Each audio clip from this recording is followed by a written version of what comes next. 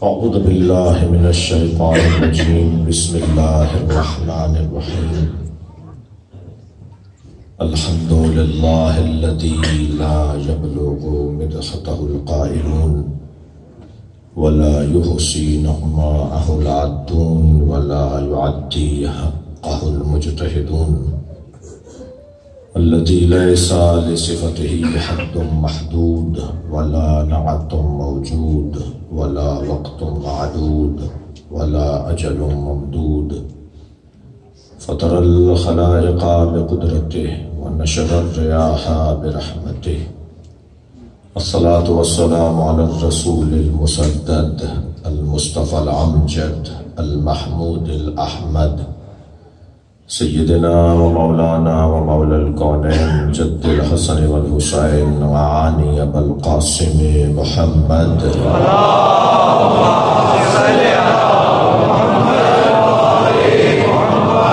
وآلہ الطیبین الطاہرین المعصومین الذین قال اللہ انما يريد اللہ لیذہب عنکم الرجس اہل البیت وَيُطَهِّرَكُمْ تَطْهِيرًا اللهم صل على محمد وآل محمد لعنة الله على أعدائهم أجمعين من يوم عداوتهم إلى قيام يوم الدين أما بعد قال الحكيم في قرآن الكريم بسم الله الرحمن الرحيم والذين ينفقون في السراء والضراء والكاظمين الغيظ والعافين عن الناس والله يحب المحسنين صلوات اللهم صل على محمد وآل محمد ایک اور بہتر صلوات اللهم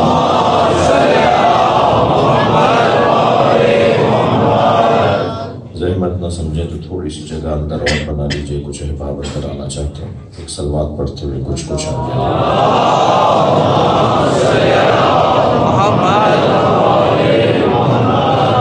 ایک اور صلوات بہتر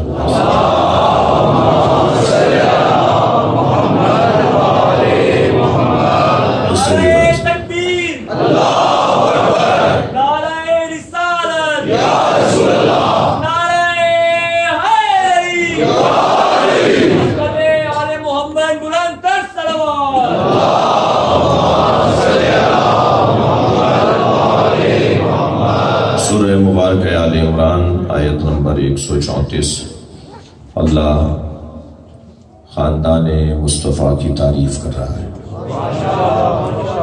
پورا قرآن یا اہل بیت کی شان میں آیا ہے یا اہل بیت کے دشمنوں کی مذمت میں جو آیات شان میں ہیں وہ تو شان میں ہیں لیکن جو مذمت میں ہے وہ بھی شان میں ہے یعنی یہ مزاج الہی ہے کہ ہمیشہ اسلام کی معرفت کے ساتھ کفر شناسی بھی رہے صرف قائد اعظم نے پاکستان دو قومی نظریوں پہ نہیں بنایا اللہ نے پوری کائنات کو دو قومی نظریوں پہ بنایا ہے وہ جو دو قومی نظریے اللہ نے قرار دیے ہیں ایک کو شجرہ طیبہ کہتے ہیں ایک کو شجرہ خبیثہ کہتے ہیں صلوات پڑھ لیں محمد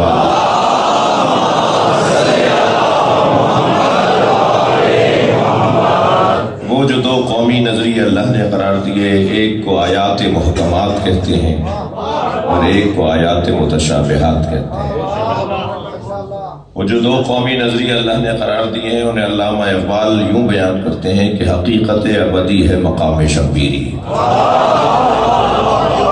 حقیقت ابدی ہے مقام شبیری بدلتے رہتے ہیں انداز کوفی و شامی حسینی کبھی نہیں بدلتا وہ جو روزانہ ڈھنگ بدلے جو روزانہ رنگ بدلے جو روزانہ عقیدہ بدلے جو روزانہ در بدلے وہ اور ہے اور جو جبل راسخ کی طرح ہو وہ ہے جو اہل بیت کا چاہنے والا ہے لہذا رنگ بدلنے والے لوگ اور ہیں اور استقامت کے ساتھ رہنے والے لوگ اور ہیں اور استقامت ممکن ہی نہیں ہے کہ جب تک صاحبان میدان سے دوستی نہ ہو. میدان کے دھنی سے جب دوستی ہو تو پھر انسان کے مزاج میں بھی استقامت آئے گی. میں اگر 2 گھنٹے تک گلاب بیچنے والے کے تکے پہ بیٹھوں تو 6 گھنٹے تک میرے اندر سے گلاب کی خوشبو آتی ہے. جو 80 سال سے حسین حسین کر رہا ہو اس میں حسینیت کیسے نہیں آئے گی؟ خود بخود انسان کے مزاج کے اندر، خود بخود اس کے رویوں کے اندر، یہ انسان کا مزاج ہے، یہ اس کا طریقہ ہے کہ وہ اثر پذیر ہے. ہم اثر گزار بھی ہیں، ہمارے مزاج کے اندر اثر گزاری بھی ہے اور اثر پذیری بھی ہے. جہاں ہم مضبوط ہوتے ہیں وہاں اثر گزار ہوتے ہیں، جہاں کمزور ہوتے ہیں وہاں اثر پذیر ہوتے ہیں. ہم کچھ قبول کرتے ہیں، کچھ قبول کرواتے ہیں. جو چیز ہم قبول کرواتے ہیں وہ چیز ہوتی ہے جس میں ہم خود مضبوط ہوتے ہیں، اور جس میں ہم کمزور ہوتے ہیں وہ ہم قبول کر لیتے ہیں. تو اس گھر کا ہنر یہ ہے کہ تم اتنے مضبوط ہو جاؤ کہ اثر گزار رہو، اثر پذیر نہ ہونے پاؤ. اب اگر 10 چیزیں ہیں اور اس میں ہم 8 چیزوں میں اثر گزار ہوں اور 2 چیزوں میں اثر پذیر ہوں تو یہ مجلسیں کر ہی اس لیے رہے کہ ان 2 چیزوں میں بھی اثر گزار بن جائے. اپنے آپ کو مضبوط بنانے کا، اپنی روح کو، اپنے نظریے کو، اپنی فکر کو، اپنے ذہن کو مضبوط بنانے کا ایک بہترین اور مضبوط طریقہ یہ ہے کہ ہم ان کے ساتھ جڑ جائیں کہ جو خود مضبوط ہیں. اور ان کی مضبوطی دنیا کی وجہ سے نہیں ہوئی بلکہ اللہ نے انہیں سجا کر بھیجا ہے. اللہ نے اہتمام کے ساتھ انہیں سجا کر اس دنیا میں بھیجا ہے تاکہ وہ ہمارے لیے رہنما قرار پائیں. ہم اثر گزار بھی ہیں، اثر پذیر بھی ہیں. مرزا اسد اللہ غالب دہلی میں ایک محلے سے دوسرے محلے جانے کے لیے تانگا روکتے ہیں. تانگے والے سے طے کرتے ہیں کہ کیا لوگے؟ آدھے رستے میں کہنے لگے تانگا روکو مجھے اترنا ہے. اس نے کہا جی وہ محلہ تو ابھی دور ہے. کہنے لگا نہیں وہاں تک میری اردو خراب ہو جائے گی. تانگے والا بول رہا تھا اور اس کا لہجہ ان پہ اثر کر رہا تھا. بہت سے لوگوں کے ذہن میں بزرگوں کو یاد ہوں گے مفتی عنایت علی شاہ رحمۃ اللہ علیہ جی، ملتان کے ایک بزرگ عالم دین، امام جمعہ بھی تھے، وہاں کے لیا بکھر کے رہنے والے تھے اور خیرپور ریاست کے اندر مفتی اعظم بھی تھے، ریاست کے مفتی تھے. تو اس لیے ان کے نام کے ساتھ مفتی لکھا گیا. میں ان کے ساتھ بخاری صاحب 2 مہینے تک رہا. 2 مہینے بعد جب وہ پاکستان واپس آ گئے تو 1 مہینے تک میں سرائکی لہجے میں اردو بول رہا تھا. تو مجھے کسی نے کہا صاحب آپ سرائکی ہیں؟ میں نے کہا نہیں میں تو اردو زبان ہوں. کہنا نہیں آپ کا لہجہ بتا رہا ہے. تب مجھے اندازہ ہوا کہ میں 2 مہینے تک سرائکی اتنی سن چکا تھا کہ اس کا اثر میرے اوپر ہونے لگا. توجہ چاہوں گا، علامہ اقبال بھی جرمنی گئے تھے پڑھنے کے لیے اور وہاں سے ڈاکٹر ہو کر آئے. واپس آنے کے بعد اور بڑے انقلابی ہو گئے. ہونا تو یہ چاہیے تھا کہ وہاں کا اثر لے کر آتے، وہ وہاں کا اثر وہیں چھوڑ کر آ گئے اور یہاں کا اثر اور مضبوط بنایا. بھائی کوئی فارمولا تو ہوگا ان کے پاس کہ جو اثر گزار رہے اثر پذیر نہیں ہوئے. یعنی انہوں نے اثر چھوڑا، اثر لیا نہیں. جو نہیں لینا تھا وہ نہیں لیا، جو لینا تھا وہ لے لیا. تو یہاں آنے کے بعد جو انہوں نے زیادہ انقلابی شاعری پیش کی تو اس کا سبب کیا تھا وہ خود اپنے 2 مصروں میں بیان کرتے ہیں کہ خیرہ نہ کر سکا مجھے جلوے دانش فرنگ. یہ مغرب کی چمکتی ہوئی بلڈنگیں اور وہاں کی چمڑیاں اور وہاں کے لباس مجھے متاثر نہیں کر پائے. خیرہ نہ کر سکا مجھے جلوے دانش فرنگ، سرما ہے میری آنکھ کا خاک مدینہ و نجف. صلوات پڑھیں گے محمد و آل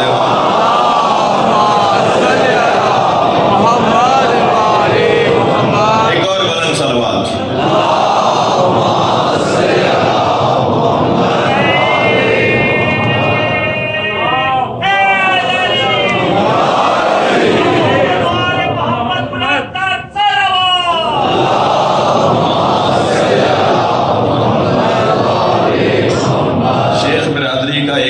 صدقہ بھی 1 لاکھ کے برابر ہے. یہ ایک صلوات اور پڑھ لیں محمد. اس سے بلند اور بہتر صلوات.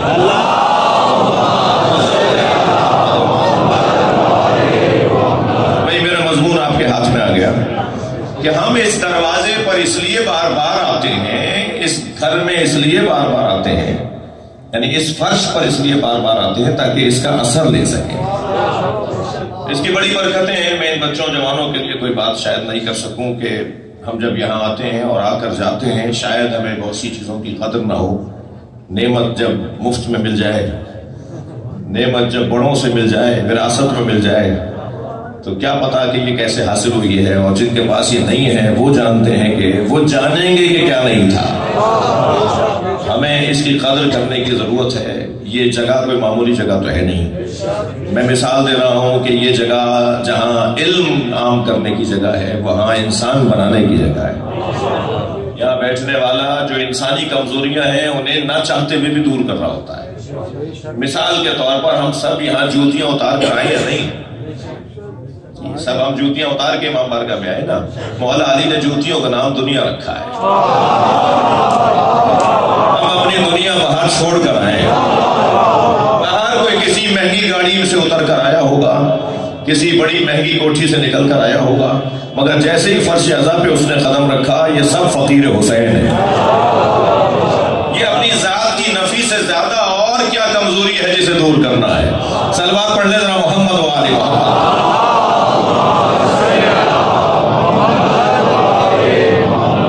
والذین ينفقون فی السراء والضراء. ایک قبیلہ، ایک خانوادہ، ایک خاندان، ایک شجرہ، ایک طیبہ گھرانہ، طیب گھرانہ، اس کی اللہ تعریف کر رہا ہے. اور وہ لوگ الذین، وہ لوگ ينفقون فی السراء والضراء، جو بخشتے ہیں، دیتے ہیں. یعنی اللہ نے اہل بیت کی تعریف میں آغاز اس بات سے کیا ہے کہ ایک گھرانہ ایسا ہے جو دیتا ہے. یعنی سخاوت کو، اچھا سخاوت البتہ سخاوت صرف دینے کو سخاوت نہیں، کس کیفیت سے دینا اس کی تعریف بدلتی چلی جائے گی. یعنی سخاوت کی تعریف بدلے گی اگر کیفیت بدلے گی. یا یوں کہہ دوں کہ اگر دینے کا انداز بدلے گا تو پھر سخاوت کا عنوان بھی بدلے گا. یہاں لفظ سخاوت ترجمہ کرنا میرے لیے مشکل ہوگا، کیونکہ اگر یہاں صرف اور صرف ينفقون ہوتا نا، جی لن تنالوا البر حتى تنفقوا مما تحبون، چوتھے سپارے کی پہلی آیت. وہ نیکی کرنے والا شمار ہی نہیں ہو سکتا، وہ نیکوکار ہو ہی نہیں سکتا جو اس میں سے کچھ نہ دے جو ہم نے اسے دیا ہے. اچھا مما تحبون، ينفقون مما تحبون، جسے وہ چاہتا ہے جو اس کے پاس چیز ہے اس میں سے کچھ مانگا ہے اللہ نے. 10واں حصہ، 5واں حصہ، کچھ ہوا نا. اگر جو ہے وہ آدھا ہوتا، 80% ہوتا تو کچھ نہیں ہوتا. کچھ تو ہوگا کہ جب 5واں حصہ، جی 5 میں سے 5واں حصہ، 5 گنتیاں بنائی اس میں سے 5واں، 10 میں سے 2 تو کچھ کہلائے گا. کچھ اس میں سے جسے وہ چاہتا ہے اس میں سے کچھ جب تک نہیں دے گا وہ نیکی کرنے والا شمار نہیں ہوگا. تو یہ جو کچھ دیتا ہے نا یہ سخی ہے، لیکن جو سب کچھ دیتا ہے وہ سخی نہیں ہے، وہ کریم ہے. اس گھرانے کا تذکرہ اللہ یہ کہہ کر نہیں کر رہا. اگر یہاں ہوتا ينفقون کا لفظ ہوتا صرف اور صرف آیت کے اندر تو پھر سخاوت کا عنوان آتا کہ یہ گھرانہ سخی گھرانہ ہے. سخی تو ان کے نوکر ہیں، سخی تو ان کے نام پر جینے والے لوگ ہیں. سخی تو ان کا مقداد ہے، میسم ہے، قمبر ہے. سخی ان سے جڑنے والا ہر فرد ہو جاتا ہے. میں نے ابھی تمہیدی بیان میں کہا کہ ہم اثر پذیر ہیں اور اہل بیت کو اللہ نے اتنا مضبوط بنایا ہے کہ وہ اثر چھوڑنے والے لوگ ہیں، اثر قبول کرنے والے لوگ نہیں ہیں. آپ نے غور فرمایا جو بتوں کے درمیان آیا ہو اس کے دل میں بال برابر تو بتوں کی محبت ہوتی، مگر نبی نے فرمایا علی ہی بت توڑے گا. یعنی خانہ کعبہ میں جب دنیا میں آئی ہے، یہ اعتراض بھی کرتے ہیں کہ صاحب یہ کون سی فضیلت ہے، کہتے ہیں یہ حضرات نعرے لگاتے ہیں جی مولود کعبہ، کعبے میں ولادت. اور اگر مولود کعبہ تھے تو اس وقت تو کعبے کے اندر بت رکھے ہوئے تھے، تو بتوں کے درمیان علی آئے تھے. تو ہم بھی تو یہی سمجھانا چاہتے ہیں جو زمانے کا اثر لے وہ تمہارے قبیلے میں ہوگا. جس کے مرید ہیں وہ زمانے سے اثر نہیں لیتا، زمانے پہ اثر چھوڑتا ہے۔ ہر قبیلے کا بت تھا، بڑے اطمینان سے طالب علمانہ انداز میں کہوں گا، مگر بنی ہاشم کا کوئی بت ہمیں ثابت کرے گا۔ یہ بنی ہاشم کے بت کا نام کیا تھا؟ یہ سارا گھرانہ موحد گھرانہ، دین حنیف پر قائم رہنے والا گھرانہ، مومن نہیں مومن ساز گھرانہ۔ اس گھرانے کی قدر و قیمت شاید بہتوں کو جب ہوگی کہ جب آنکھیں بند ہوں گی۔ میں لفظوں کو اور بہتر کرتا ہوں، کچھ لوگوں کی تو آنکھیں کھلیں گی ہی تب جب آنکھیں بند ہوں گی۔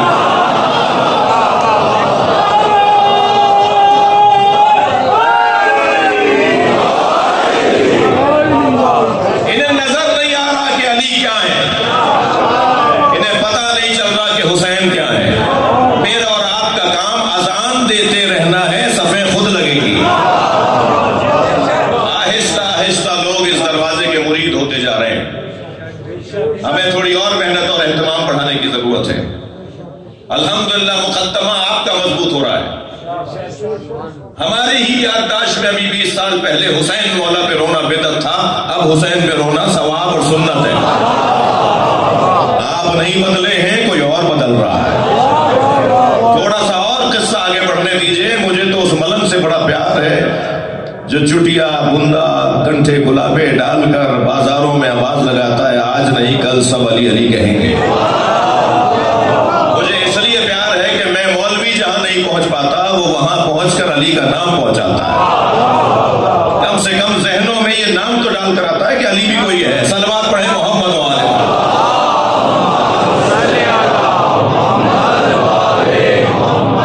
ہر فرد مولا علی کی محبت کا مبلغ بن جائے۔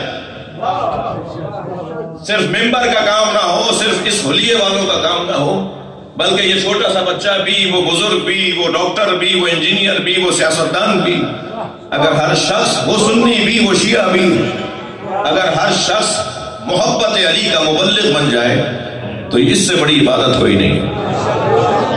مگر کیا کروں کہ میں ایک درد کا شکار ہوں، آپ کا چھوٹا سا نوکر ہوں، پیواڑ کی پہاڑی سے لے کے کراچی کے ساحل تک پاکستان گھوم رہا ہوں، پوری دنیا میں آپ کے عزیز و اقارب کی زیارت کرنے کے لیے جاتا رہتا ہوں۔ میں ایک درد کا شکار ہوں کہ ہمارے یہاں کا پکا خاندانی آبائی عزادار اور شیعہ جب چاہتا ہے ہاتھ باندھ لیتا ہے۔ مجھے اس سنی سے بڑا پیار ہے جو لاکھوں شیعوں میں ہاتھ باندھ کر نماز پڑھتا ہے۔ کربلا میں، نجف میں، مشہد میں لاکھوں شیعوں کے درمیان 2 4 5 10 20 ہمیں نظر آ رہے ہوتے ہیں جو ہاتھ باندھے ہوئے نماز پڑھے ہوتے ہیں۔ مجھے بہت اچھا لگتا ہے وہ 2 وجہ سے۔ ایک تو اس وجہ سے اچھا لگتا ہے کہ وہ ہاتھ باندھ کر شیعوں کے درمیان نماز پڑھ کر بتاتا ہے کہ جو دین میں نے سمجھا ہے اس پہ عمل کرنے کی جرت بھی رکھتا ہوں۔ بہادروں سے تو ویسے ہی ہمیں پیار ہونا چاہیے۔ اور دوسرا، وہ ہاتھ باندھ کر لاکھوں شیعوں میں ایک پیغام دینا ہوتا ہے، شیعوں سے ڈرنا نہیں، یہ مارتے نہیں ہیں، یہ تکلیف نہیں پہنچاتے۔ لیکن جتنا وہ سنی مجھے اچھا لگتا ہے جو لاکھوں شیعوں میں ہاتھ باندھ کے نماز پڑھتا ہے، اتنا ہی وہ شیعہ مجھے برا لگتا ہے جو 4 سنیوں میں ہاتھ باندھ لیتا ہے۔ ہمارے یہاں کے افسران، ہمارے یہاں کے گریڈ یافتہ افسران، سیکریٹریز، وزراء، کوئی ناراض نہ ہو میں جنہیں کہہ رہا ہوں، آپ کو جو کہہ ہی نہیں رہا تو ناراض آپ کیوں ہو رہے ہیں؟ جو کرے گا، جو ایسا کرتا ہے اس پہ ناراض ہو رہا ہوں، اس لیے کہ ان کی وجہ سے، ان حیثیت والوں کی وجہ سے ہمارے گلی کوچے کے شیعہ پریشان ہیں آج۔ وہ جو پورے گاؤں میں ایک علم لگائے بیٹھا ہے نا، وہ تنہا محسوس ہوتا ہے کہ جب افسران ساتھ نہیں دیتے۔ تمہیں شرمندگی یہ ہے کہ علی کو مانتے ہو؟ سینہ ٹھوک کے کہو جعفر صادق کا مرید ہو۔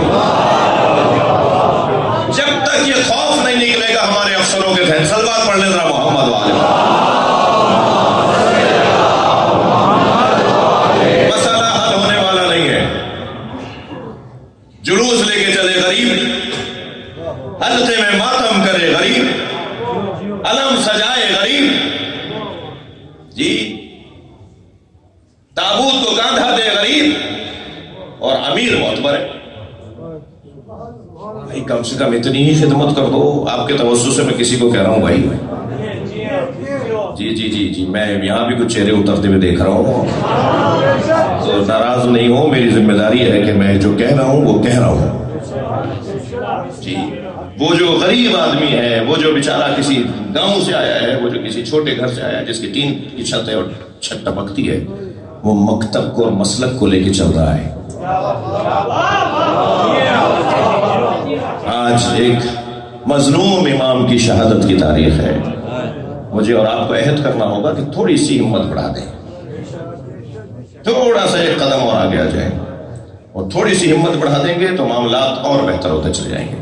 یہ پاکستان ہمارے بڑوں نے بنایا تھا، ہم بچائیں گے۔ پاکستان کو کسی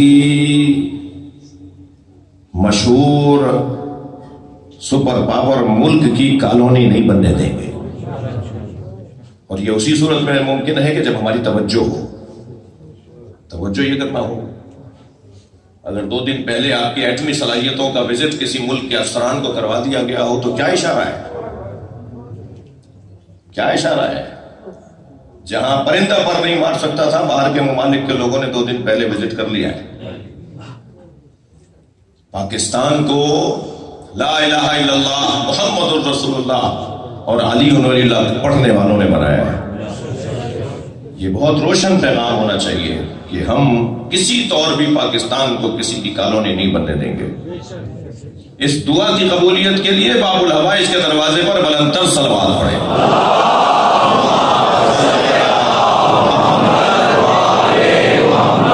نہیں، صلوات اس سے اونچی ہو سکتی ہے۔ اللہ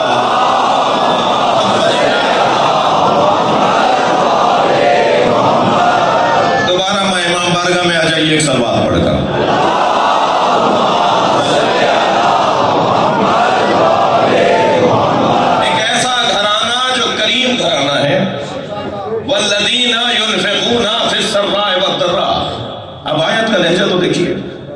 ایک ایسا قبیلہ ہے جو ان کے پاس ہوتا ہے تب بھی دیتے ہیں، نہیں ہوتا تب بھی دیتے ہیں۔ بھائی ہوتا ہے تو دینا سمجھ میں آتا ہے، نہیں ہوتا تو کیسے دیتے ہیں؟ ایک بچہ مجھ سے پوچھ سکتا ہے کہ مولانا پیسے ہوں گے تو دیں گے نا، تو میرا جواب یہ ہے کہ تم دینے والے ہوتے تو تمہارے پاس پیسہ ہوتا۔ تم دینے کا جذبہ ایجاد کرو، اللہ تمہیں واسطہ فیض بنا دے گا۔ ہم اتنی بڑی قوم، علم سے خالی قوم نہیں ہے۔ اگر ہم مولا کائنات سے اور ائمہ اہل بیت سے مدد مانگتے ہیں تو قرآن سے آیات ہے ہمارے پاس۔ قرآن کے پہلے ہی صفحے پہ لکھا ہوا ہے کہ صاحبان تقویٰ کی پہلی نشانی یہ ہے کہ وہ غیب پر ایمان رکھتے ہیں، وہ نماز کو قائم رکھتے ہیں، اور وَمِمَّا رَزَقْنَاهُمْ يُنْفِقُونَ، اور ہم انہیں عطا کرتے ہیں اور وہ بانٹ دیتے ہیں۔ اللہ کہہ رہا ہے مِمَّا رَزَقْنَاهُمْ، میں دیتا ہوں انہیں، ہم دیتے ہیں انہیں، يُنْفِقُونَ، اور وہ بانٹ دیتے ہیں، ہم يُنْفِقُونَ، اور وہ بانٹ دیتے ہیں۔ یعنی عام متقی اللہ سے لے کر بانٹتا ہے، ہم تو امام المتقین کی بات کر رہے ہیں، جس نے بتایا ہے کہ تقویٰ کسے کہا جاتا ہے۔ اللہ انہیں دیتا ہے اور یہ تقسیم کر دیتے ہیں۔ یعنی عام متقی اگر اللہ سے لے کر تقسیم کرتا ہو تو پھر یہ کیا غلط ہوگا کہ ہم کہیں کہ ہم اس سے مانگ رہے ہیں جو متقی ساز ہے، جو متقی بنانے والا ہے۔ یہ سارا گھرانہ دینے والا گھرانہ ہے۔ کس کو کیا کیا دیا ہر شخص اپنا حال خود جانتا ہے۔ یعنی یہ جو سارا مجمع اندر باہر جہاں جہاں میری آواز میری بہنیں سن رہی ہیں، کس کو کیا کیا دیا ائمہ اہل بیت نے، مولا علی نے، مولا کاظم نے، ہر شخص خود جانتا ہے کہ کیا دیا، مگر پوری قوم کو کیا دیا ہے وہ بتا دو۔ سب کو علیحدہ علیحدہ کیا دیا، سب کا اپنے مولا سے علیحدہ رشتہ ہے، لیکن ساری قوم کو جو ائمہ اہل بیت نے خاص طور پر امام کاظم نے عطا کیا ہے وہ ہے اطمینان قلب۔ طوفانوں کا مقابلہ ہوگا، مصائب کا سامنا ہوگا، مگر دروازہ چھوڑ کر نہیں جائیں گے۔ جی اکا دکا کوئی مثال اگر ملی ہے کہیں کہ صاحب فلاں خاندانی تھے اور پھر وہ خاندان سے باہر چلے گئے، تو اکا دکا مثالیں نہیں معلوم کہ وہ نفسیاتی بیمار ہو گئے ہوں، ان کے اوپر تم کیا مثال لے کر آئے ہو کہ انہوں نے علم اتار دیا اور انہوں نے یہ کر دیا وہ کر دیا، وہ کیا معلوم کہ بیمار ہو گئے ہوں۔ لیکن آپ کو یہ نہیں ملے گا کہ کوئی اہل بیت کا دروازہ چھوڑ کر جائے۔ نہ عقلی طور پر اہل بیت کا دروازہ چھوڑنا جائز ہے، اور نہ ہی اخلاقی طور پر اہل بیت کا دروازہ چھوڑنا جائز ہے۔ اخلاقی طور پر اس لیے کہ لاؤ علی سے بہتر کوئی، جب بہتر بھی تمہارے پاس آپشن نہیں ہے تو پھر کیسے؟ اخلاق کا تقاضا یہ ہے کہ اس کو مانا جائے جو سب سے زیادہ بیسٹ ہو، سب سے زیادہ بہتر ہو۔ ہر جگہ ایک ہی آواز کے میرٹ پہ تقرریاں ہونی چاہیے، میرٹ پہ داخلے ہونے چاہیے، میرٹ پہ پارٹی ٹکٹس ملنے چاہیے، میرٹ پہ تبادلے ہونے چاہیے۔ ہم بھی تو 1400 سال سے یہی کہہ رہے ہیں کہ نبی کے بعد میرٹ پہ ماننا چاہیے۔ صلوات پڑھ لیں محمد و آل محمد۔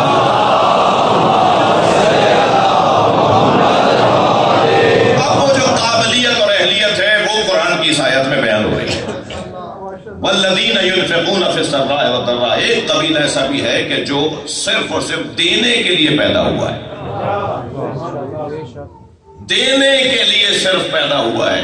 میرے بچوں، جوانوں، معاشرے کی تباہی کا موٹا سبب، میں امام موسیٰ کاظم کے دسترخوان پہ آپ کو لے کے بیٹھا ہوں، معاشرے کی تباہی کا ایک روشن اور موٹا سبب یہ ہے کہ یہاں لینے والے زیادہ ہیں، دینے والے کم ہیں۔ ایوانوں سے لے کر دروازوں، گاڑیوں کے دروازے کھولنے والوں تک، جی میں نے ایوانوں کہا ہے، آپ خود جائیے گا میں کس ایوان کی بات کر رہا ہوں۔ ایوانوں سے لے کر اور گاڑیوں کے دروازے کھولنے پر، ٹائروں کو دھونے والوں تک، گاڑیوں کے ٹائر دھونے والوں تک، اس پورے ملک کے اندر، ہمارے معاشرے کے اندر لینے والا ہی نظر آ رہا ہے، کوئی دینے والا بھی تو ہو۔ مولا علی کے حکم کے مطابق افسران کی ایسی بھاری بھاری تنخواہوں کے باوجود بھی ان کی جیب خالی ہے۔ جی چھوٹی سی مثال دے رہا ہوں، اب میری مثال کے بعد ذرا آپ آبادیوں میں اس بات کو چیک کر لیجئے گا۔ یہ بھوسی ٹکڑے خریدنے والے جو آتے ہیں نا گلیوں میں ریڈی لے کر، انہیں بھوسی ٹکڑے نہیں مل رہے اب، اس لیے کہ پہلے گھر میں مثلاً ایک روٹی اضافی پکائی جاتی تھی کہ کسی کو زیادہ بھوک ہو تو وہ زیادہ کھا لے، لیکن اب ایک روٹی کم پکائی جا رہی ہے۔ جی بھائی مجھے تو حق دینا، میں گلبرگ میں یہ مجلس پڑھوں، موچی دروازے میں تو پڑھوں گا ہی، مگر یہاں بھی تو سن لیجئے۔ اب وہ ایک روٹی کم پکائی جا رہی ہے، بھوسی ٹکڑے والوں کو روٹیاں نہیں مل رہی۔ یہ میں 8-10 شہروں میں یہ بات جب ایک جگہ سے مجھے پتا چلی تو پھر میں نے اس کے اوپر کام کیا ہے۔ وہ جو ٹھیلا بھر بھر کے بھوسی ٹکڑے لے جاتے تھے اور بیچتے تھے، اب ان کو بے مشکل 10 گھروں میں ایک گھر سے مل رہی ہے۔ یہ حالت ہوئی بھی ہے ملک کی، یہاں جسے دیکھو لینے والا ہے، پیٹ ہی نہیں بھر رہا، جیبیں ہی نہیں بھر رہی، گاڑیاں مہنگی سی مہنگی خریدی جا رہی ہیں۔ جب تک دینے والے معاشرے میں نہیں ہوں گے، بھائی آپ اس امام بارگاہ اس مجلس کی مثال لے لیجیے، فرض کیجیے ظاہر بخاری صاحب اس مجمع کے لیے تبرک کا اہتمام کریں کہ بھائی دروازے پہ ٹوکرا لے کے فہیم کاظمی کھڑے ہوں گے اور وہ بانٹیں گے، اور دروازہ ایک کھلا ہوا ہو اور لینے والے 1000 ہو تو کیا ہوگا؟ دھکا بھی لگ سکتا ہے، انگوٹھا بھی چل سکتا ہے، جی اور بہت کچھ ہو سکتا ہے، اور آوازیں لگیں گی مجھے دے دو، کہے گا پہلے مجھے دے دو، ارے مجھے دیر ہو رہی ہے، چیخ چلانا بھی ہو سکتا ہے۔ تو بخاری صاحب دیکھیں صاحب ایک دروازے سے تو مسئلہ حل نہیں ہو رہا، ایک اور کھول دو، پھر مجمع تقسیم ہو جائے گا، پھر کہ ایک اور کھول دو۔ تو جیسے جیسے دینے والے بڑھیں گے نا ایسے ایسے مسئلہ کم ہوتا جا رہا ہے۔ دینے والوں کو بڑھانے کا پیغام اہل بیت کا پیغام ہے۔ امت سے اللہ نے کچھ مانگا تھا، اہل بیت امت کے مطابق کچھ دے دیتے تب بھی سخی کہلاتے، مگر یہ وہ گھرانہ ہے جنہوں نے سب کچھ دے دیا، جن کا کام صرف اور صرف جن کو بنایا ہی اللہ نے دینے والا بنایا، جن کے مزاج میں دینا پایا جاتا ہے، جن کے ہاں عطا ہی عطا پائی جاتی ہے۔ خاص طور پر ان کا عجیب حسن تھا، بھائی میں ان بچوں سے بات کر رہا ہوں، اس گھرانے کا حسن ہی کچھ اور، اپنے دشمنوں کو زیادہ نوازتے تھے، چاہنے والے کو کہتے تھے تمہیں مل جائے گا بیٹھے رہو، اور یہ جان کر اسے روک لیتے تھے کہ یہ کہاں جائے گا، یہ کہاں جائے گا، یہ تو ہمارا ہے۔ وائد اللہ وزیر خراسانی کہتے ہیں نا کہ اگر میں یہ کہہ دوں کہ میں اہل بیت کے دروازے کا کتا ہوں تو مجھے توبہ کرنا